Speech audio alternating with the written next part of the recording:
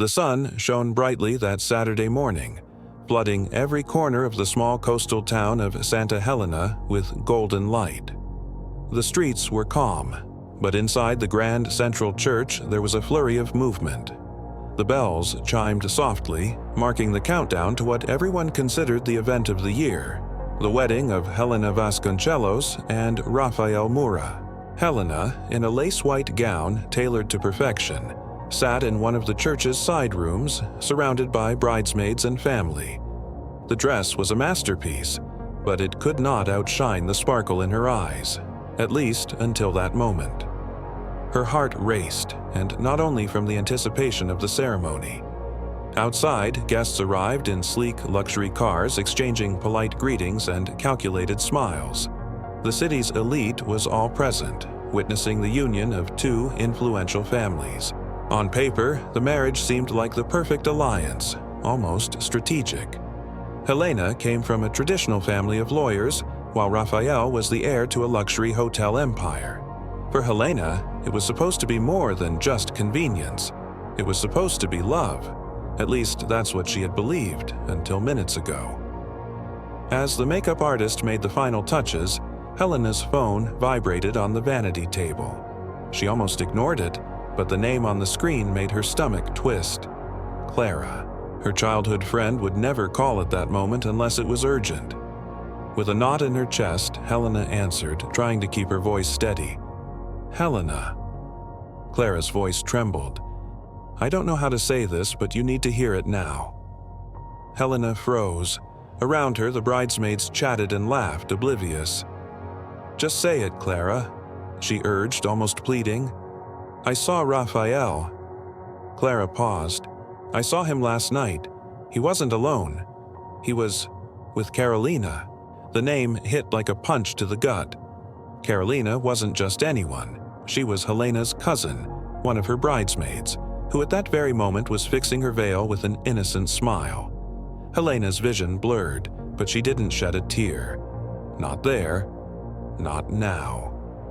She took a deep breath, looking at herself in the mirror. A second ago, she was the radiant bride about to say, "I do," before the world. Now, she was a woman holding the power to turn this day into something no one would ever forget. Outside, the music began. The groom stood at the altar, smiling, greeting groomsmen and waving to guests, completely unaware of what was coming. Helena stood slowly, adjusted her gown, and with a faint, enigmatic smile, whispered to herself, "If it's going to be memorable, it'll be on my terms." And so she took the first step toward the altar, not as a bride in love, but as a woman about to write the most surprising and ruthless chapter of her life. Helena Vasconcelos had always been the quiet pride of her family. The only daughter of Gustavo and Marisa, she grew up in a household where success was measured by titles, achievements, and appearances that were flawlessly maintained before society. From a young age, she learned to speak elegantly, keep her posture, and control her emotions, skills that would later become her armor. Rafael Mura had entered her life 5 years earlier, during a charity event that brought together the city's most influential families. He was charming, impeccably dressed, and, above all, knew exactly how to captivate an entire room. Their connection was quick, almost natural. It didn't take long for their romance to become the talk of the social circles, with both sets of parents celebrating the relationship as the perfect union between two prestigious bloodlines. But there were details Helena chose to overlook. Rafael had a reputation as a ladies' man, a history of relationships that never lasted long, and an almost instinctive talent for twisting narratives to his advantage. Carolina, Helena's cousin, met Rafael shortly after and seemed from then on to harbor an exaggerated admiration for him, something Helena attributed to her cousin's youth and hunger for attention. The wedding, planned down to the smallest detail, was more than a celebration of love. It was a high-profile social event. Businessmen, politicians, lawyers, and influential figures would be in attendance. Gustavo, Helena's father, saw the union as a strategic step to connect the Vasconcelos family's legal empire to the Mora family's hotel investments. Yet, behind the facade of harmony, small cracks had begun to show. In recent months, Helena noticed Rafael becoming emotionally distant. Unanswered calls, business meetings that stretched late into the night, and occasionally the faint scent of a different perfume lingering on his clothes. She suspected, but convinced herself it was just pre-wedding stress. Carolina, on the other hand, had always been just a little too close. Subtle smiles, prolonged touches on Rafael's shoulder, and a constant presence at gatherings where she wasn't originally invited. Perhaps out of naivety or blind trust in family ties, Helena never confronted her. But Clara's call that morning shattered every wall Helena had built to shield herself from the truth. Now, every memory of the past few months took on a new meaning, and all pointed to the same conclusion. Rafael and Carolina were involved. Outside the church, guests kept arriving. The hum of conversation, laughter, and greetings created an almost theatrical backdrop to the drama unfolding behind the scenes. Helena knew that if she acted on impulse, she could turn the day into the city's biggest scandal. But something inside her urged her to wait, that the impact would be far greater if she calculated every move. In that moment, she was no longer just the betrayed bride. She was the silent strategist, holding in her hands the power to turn the game in her favor. Helena walked down the church's side corridor with measured steps. With every click of her heels against the marble floor, the sound echoed like a reminder of the decision she had to make. The bouquet was steady in her hands, but her gaze didn't hold the nervousness of a bride about to be married. It carried the cold precision of someone who had already mapped out every move in her mind. Rafael stood at the altar, smiling, chatting with one of the groomsmen. He had no idea that with every passing second, he was moving closer not to a promising future by Helena's side, but to an exposure that could shatter his reputation. Carolina, in her bridesmaid's dress, was just a few feet away from him, laughing at something a guest had said. The sight was almost unbearable to watch, but Helena kept her composure. As she discreetly approached Clara, who was seated among the guests, Helena received an envelope. Inside were photos taken the night before. Rafael and Carolina at a discreet restaurant, sitting far too close, hands touching, eyes locked in an unmistakable connection. And in one of the shots, the kiss, an undeniable proof of betrayal. Helena didn't feel anger in that moment. She felt something deeper, a quiet determination. She tucked the envelope into the small clutch attached to her dress and walked toward the church's main doors. Taking a deep breath, she recalled everything she had ignored for the sake of love. All the conversations she had chosen not to have, all the signs she had chosen not to see. While the musicians tuned their final chords, she turned to her mother and, with an enigmatic smile, said, "Today will be unforgettable." Marisa smiled, unaware of the weight behind those words. Across the aisle, Rafael adjusted his tie, glancing discreetly toward the entrance, waiting for the moment he would see Helena walk toward him. He imagined the guests' approving smiles, the camera flashes, the final applause. He didn't know that every step Helena would take toward the altar was, in truth, the prelude to a blow he would never forget. Meanwhile, Clara remained in her seat, alert, ready to act if needed. She knew Helena had a plan, but she didn't know the details, and perhaps it was better that way. With every passing second, Helena felt the weight of the moment transform into power. This wasn't just about exposing an affair, it was about breaking free from a lie and turning the narrative in her favor. And she was about to do it in front of everyone. Helena slipped quietly into the small side sacristy, with only Clara by her side. The muffled sound of guests chatting and musicians rehearsing drifted in, as if the world outside was moments away from being suspended in time. "Are you sure about this?" Clara asked softly, still holding her friend's arm. Helena met her gaze with unwavering firmness. "More than ever. I'm not just canceling a wedding. I'm making sure everyone knows exactly who he is and who he's with." From her clutch, Helena pulled out the envelope with the photos and a small flash drive. On it was a video Clara had recorded the night before. Raphael and Carolina leaving the restaurant, getting into a car together, and driving away. The quality was crystal clear, leaving no room for excuses or misunderstandings. "You're doing this here?" Clara still sounded incredulous. "Here, in front of everyone." Helena adjusted her veil and took a deep breath. "I want them to remember this moment for the rest of their lives." The plan was simple and merciless. Wait for the moment when the officiant would ask if anyone present objected to the marriage. Helena would use that pause to ask for the floor. Then, instead of a heartfelt slideshow of the couple, she would project the damning video onto the large screen, turning what should have been a romantic highlight into a devastating revelation. But to make it happen, she needed the cooperation of two key people: the sound technician who controlled the audio and the photographer who handled the projections. Both had known her family for years, and Helena trusted that, with the right approach, they would help her without asking questions. With determined steps, she headed to the technical area at the back of the church. Smiling, as if she were just another bride anxious about last-minute details, she handed the flash drive to the technician and said she wanted to add a special surprise for Raphael during the ceremony. Thinking it was a romantic gesture, he nodded without suspicion. Back in the sacristy, Helena looked at herself in the mirror. The reflection showed an impeccable bride, but behind the smile was a calculating gaze. Today, she thought, I'm not the victim. I'm the author of the story. Meanwhile, Raphael stood at the altar, blissfully unaware of what was coming. Carolina, beaming, posed for photos with the other bridesmaids. Neither of them knew the countdown had already begun.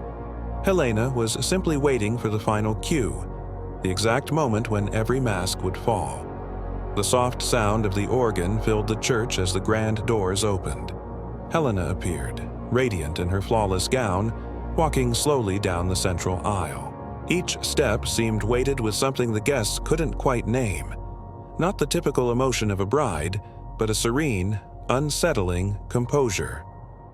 Raphael, waiting at the altar, smiled when he saw her, convinced this was the most important moment of their lives. Carolina, just a few meters away, also kept her smile, as if she were part of a carefully rehearsed play. Helena walked the entire way, stopped in front of Raphael and handed her bouquet to Clara, now positioned as maid of honor. The officiant began the ceremony with the traditional words, and everything seemed to follow the script until they reached that question.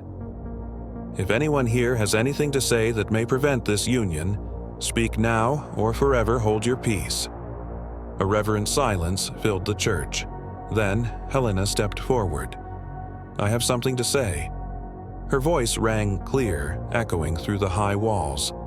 The guests exchanged confused glances. Raphael frowned, trying to keep his composure. Carolina froze, as though the air around her had grown heavier. Helena turned toward the sound technician and gave a subtle signal. The lights dimmed, and the big screen, meant to show romantic photos of the couple, came to life with a video. At first, it was images of the two of them together in happy moments. Laughs, trips, embraces, everything seemed normal, until the sequence changed. The video now showed Raphael and Carolina at the restaurant the night before, sitting far too close, hands touching, and then the kiss. A kiss long enough to erase any possible misunderstanding. A wave of shocked murmurs spread through the pews. Some guests covered their mouths, stunned. Others shook their heads in silence. Raphael's mother placed her hand over her chest, disbelief in her eyes. Raphael tried to move toward the technician to stop the projection, but Clara stepped in front of him, blocking his path with firm resolve. This is madness, Helena, he shouted, though his voice sounded small against the undeniable images. Helena met his eyes without flinching. Madness was believing I wouldn't find out. Madness was thinking you could betray me the day before our wedding. Carolina's face flushed deep red as she lowered her gaze. The bridesmaids began to subtly distance themselves from her, as if simply standing nearby was a stain. When the video ended, Helena handed the microphone back to the officiant and said calmly, "Today, there will be no wedding, but there will be justice." She turned and walked back down the aisle, head held high, each step accompanied by a heavy silence as everyone struggled to process what they had just witnessed. Raphael stood frozen at the altar, the image of a defeated man. And for the first time, it wasn't him dictating how the story ended. It was Helena. Helena walked out of the church under the weight of curious, shocked stares. Outside, the sun was bright, but the warmth she felt came from a deep sense of liberation. Each step away from that altar was like removing a heavy brick from her back. Clara caught up to her and handed back the bouquet. "Ready for the next step?" she asked with a faint smile. Helena nodded. The plan didn't end with public humiliation. She wanted to make sure Raphael and Carolina paid the full price for their choices. Once inside the limousine that would take her away, Helena opened her bag and pulled out a sealed envelope. Inside were documents that would become the real bombshell: contracts, emails, and bank statements proving Raphael had been siphoning money from his own family's company to fund Carolina's lavish lifestyle. These proofs hadn't been gathered by chance. Without Raphael knowing, Helena had been suspicious of his financial dealings for months and had hired a private investigator to look into him. The affair was merely a bonus and extra ammunition. The next day, while local newspapers and social media were still buzzing about the most scandalous canceled wedding of the year, Helena was in an upscale law firm's office, handing over the entire file to a team of attorneys. "I want the company to know who he really is," she said firmly, "and I want the police to know too." The news exploded like dynamite. Raphael, now not only socially disgraced but also under investigation for fraud and embezzlement, saw his career and name collapse within days. Carolina vanished from the public eye, leaving behind only debts and rumors of having fled to another state. Meanwhile, weeks later, Helena reappeared in a business magazine, not as the betrayed bride, but as the new director of a charitable foundation created with part of her family inheritance. Her smile in the photo wasn't one of revenge. It was one of triumph. And so the chapter of betrayal ended not just with broken hearts, but with a twist that made one thing clear. Underestimating Helena had been Raphael's greatest mistake. Months later, the city had already found new topics to gossip about, but the echo of that interrupted wedding still surfaced in conversations, always carrying the same tone: admiration for Helena and disdain for Raphael. Raphael had lost his position as CEO and watched his fortune evaporate through lawsuits, settlements, and legal fees. He now lived in a modest apartment, far from the spotlight and long gone from the guest lists of social events. His once unshakable arrogance had been replaced by a bitter silence. Carolina, on the other hand, had become almost a ghost. Rumors claimed she was working at a bar in another city, always fearing someone would recognize her as the woman who had played a central role in one of the town's biggest scandals. Helena, however, took a completely different path. She took control of her life, invested in her foundation, and became a constant presence in social projects and events with real impact.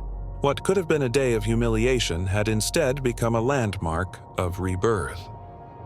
When interviewed by a newspaper, she answered calmly when asked if she felt hatred toward the two. "No. Hatred ties you to the past. I prefer to look forward. They taught me the value of knowing exactly who stands by my side, and the cost of not knowing." Her story eventually became a source of inspiration for other women, shared in lectures, on social media, and even in books. The day that could have been remembered solely as the most painful of her life became the beginning of her freedom. And so, the final lesson remained. Those who try to destroy someone out of selfishness and deceit often end up digging their own ruin.